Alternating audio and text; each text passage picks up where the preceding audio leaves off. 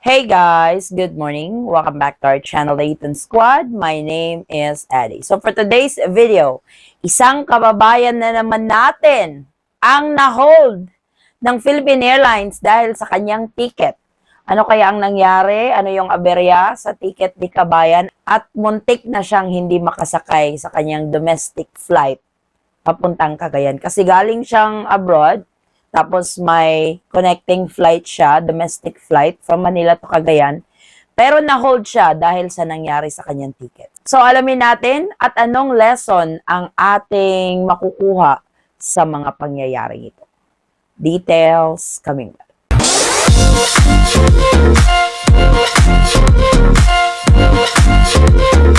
So sa pagbiyahe talaga, madaming patakaran, hindi lang sa mga airlines, kundi patakaran sa yung country of destination. Meron ding patakaran ang mga airport. So as a traveler, you are responsible to abide by this rule. Unfortunately, whether we like it or not, wala tayong choice kundi sumunod sa mga rules na ito kasi ang mga rules na yan ay andyan for reasons. At ito ngang nangyari kay kabayan, nangyayari na ito noon pa. At meron itong reminder sa mga airline websites when it comes to booking your tickets. Kasi dapat talaga, yung pangalan mo sa ticket mo ay magmamatch sa mga identification card mo. So for example, if you are flying internationally, dapat yung plane ticket mo is match sa passport mo. At saka kung if you are flying domestically, dapat yung plane ticket mo is match in any of your government ID na ipipresent mo. Kasi nag-check talaga ang mga airline na yan, especially during check-in kapag kumukuha ka na ng boarding pass. So, ito yung nangyari kasi kay kabayan. Ipopost ko yung video niya doon sa pag-shoutout niya sa Philippine Airlines dahil sa nangyari sa kanya. So, yung name niya is Elgin May. Unfortunately, yung May is hindi niya nailagay during booking for her ticket going to Cagayan. Kasi nga naman, wala daw siya naging problema doon sa ticket niya sa international flight niya. Pero pagdating niya ng Manila, from Manila bound to Cagayan, ayun na, hinold na siya ng Philippine Airlines. And unfortunately, airlines has that discretion na i-hold talaga kayo. Better yet, baka hindi kayo makasakay or i-denied boarding kayo dahil doon. Kasi nga, may mga airlines talaga, or most of them, especially domestic flight, dapat hindi kayo magkakamali sa ticket booking ninyo when it comes to your names. Kahit man lang magkabaliktad-baliktad yung mga letra, dapat na-check nyo. So, after booking talaga, i-check nyo kabayan. Double check. Triple check. Para walang aberya na ganun. Kasi discretion yan ng airline.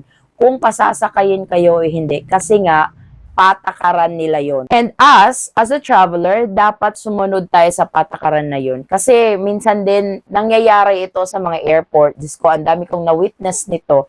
Especially to those, I know, madaming magagalit, bato-bato sa langit, tamaan, huwag magalit. Kasi may mga ilan tayong mga kababayan na nakikipag-away talaga sa counter. Even though na sila yung mali, yung airline yung tama, ipupush talaga nila yung parang kung sinong chibebang lang yung pinapagalitan nila sa counter.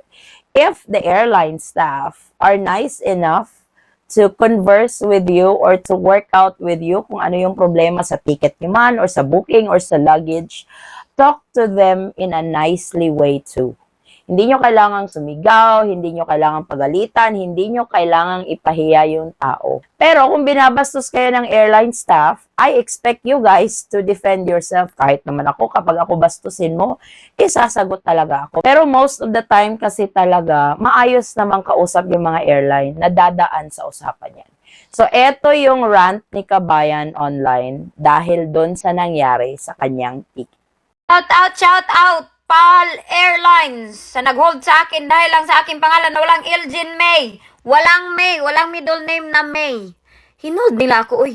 Ayaw nila akong ipasakay from Manila to Cagayan dahil daw sa pangalan ko na walang May sa kanilang computer. Sinabi pa ng babae doon, ma'am, paano mo ma-prove, ma'am, na ikaw to, ma'am? Next time, ma'am, dapat dapat kumpleto kay, hindi ka sana dapat makasakay sa aming airplane.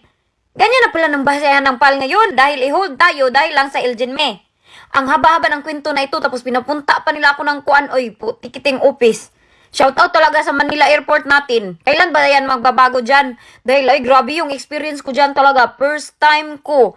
International Airport, wala akong problema. Pagdating sa Pilipinas, halaka. Halagi, hold ko. Dahil sa aking pangalan na walang May.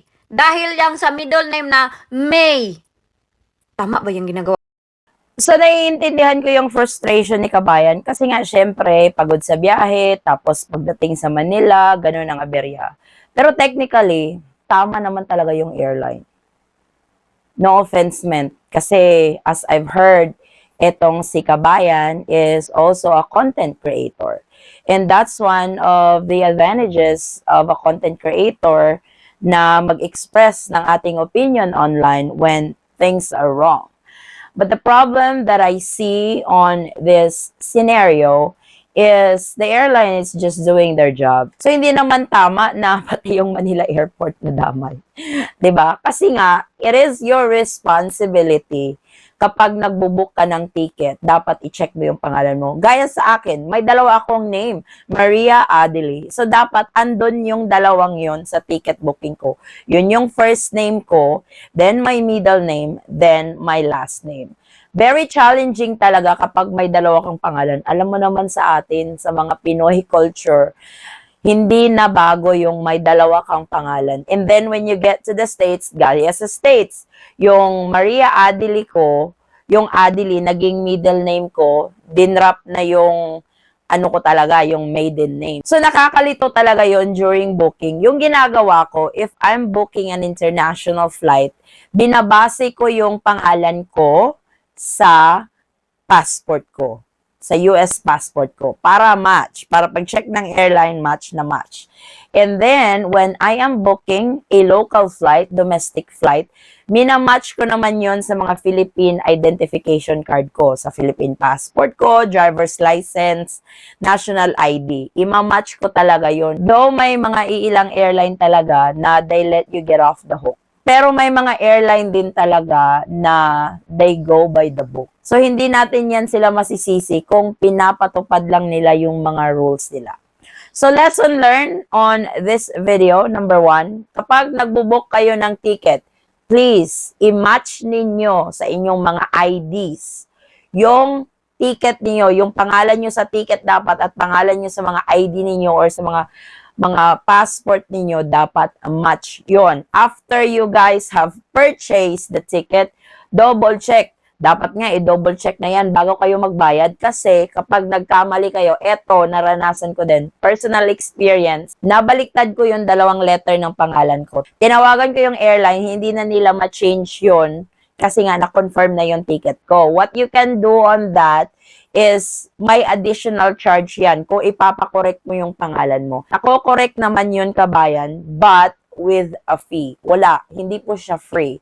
So, kaya maingat tayo sa pag-book kasi nga, it will cost us more kung nagkamali tayo sa pag-book ng ticket. Pwera na lang kung sa agency kayo nagpa-book, may travel agent kayo at nagkamali yung travel agent nyo. So, responsibilidad yun ng inyong travel agent na i-correct yung kamalian.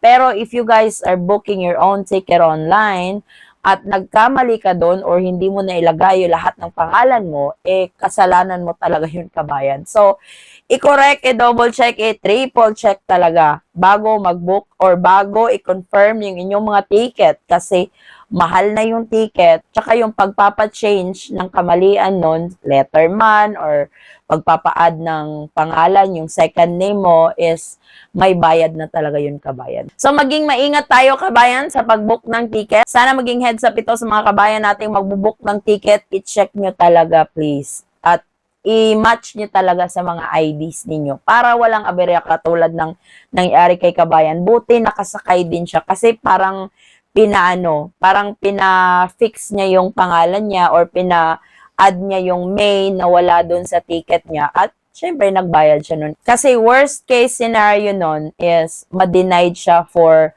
boarding sa domestic flight niya. So nawala na yung ticket, naging alkanse pa siya doon sa binayaran niya at magbubook siya ng bagong ticket ulit. So, para iwas tayo doon sa mga aberya na yon, kailangan talaga as a traveler is responsible on the things that we do kapag nagta-travel. Yung obey the rules, follow the rules, yung ticket booking, make sure that everything is good, that everything matches on your identity kasi gaya ng sinabi ng airline, ikaw ba talaga ito, ma'am? Ikaw ba talaga yung Elgin? Kahit 3 letters lang yung wala, 3 letters lang yung hindi nadagdag dun sa pangalan niya.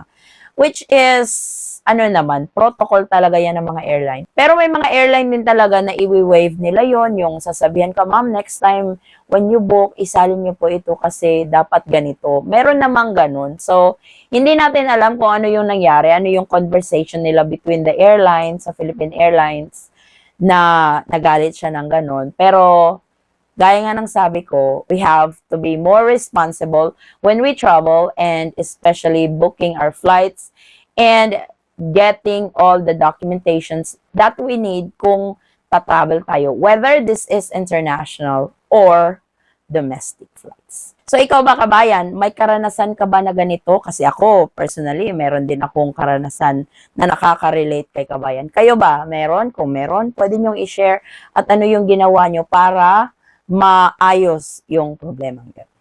So, this is our latest travel updates to the Philippines. Maraming salamat po sa inyong patuloy na pagsubaybay, tiwala at suporta sa aming channel, The Eton Squad.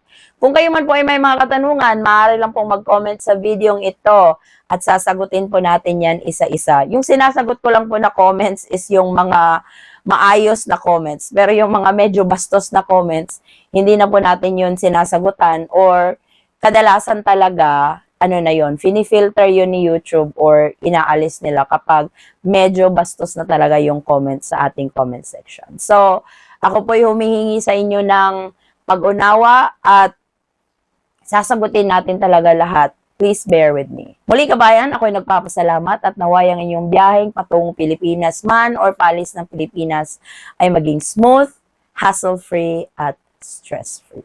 Magkita-kita po tayo sa ating susunod na travel update. Stay safe, stay healthy, and God bless everyone.